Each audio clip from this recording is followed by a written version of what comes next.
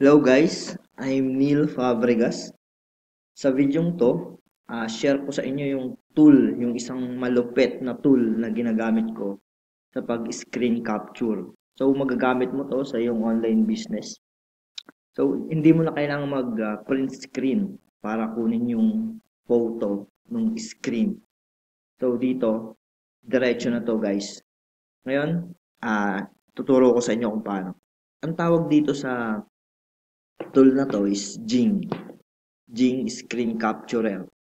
So kapag after you install this tool and after mo download and install, so dito siya mapupunta sa gilid ng yung desktop. Pwede mo ring ilagay dito sa taas o dito sa baba. So try natin. Ayan, click mo lang to, capture. Then kung gusto mong i-capture tong screen, for example, try kong i-capture to. Ayan. Drag mo lang guys, then release kung hanggang saan yung gusto mong ma-photo capture. Then after nun, click mo tong capture image, then save mo na. Then click mo tong save, then dun sa folder kung saan mo isa-save. Ayun. So check natin. Tayo dun sa folder kung saan ko sinave yung picture.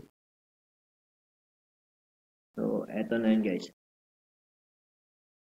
Eto na yung photo. So sobrang lupit ng tool na to. So try ulit natin. For example, itong picture na to, gusto mong i-capture.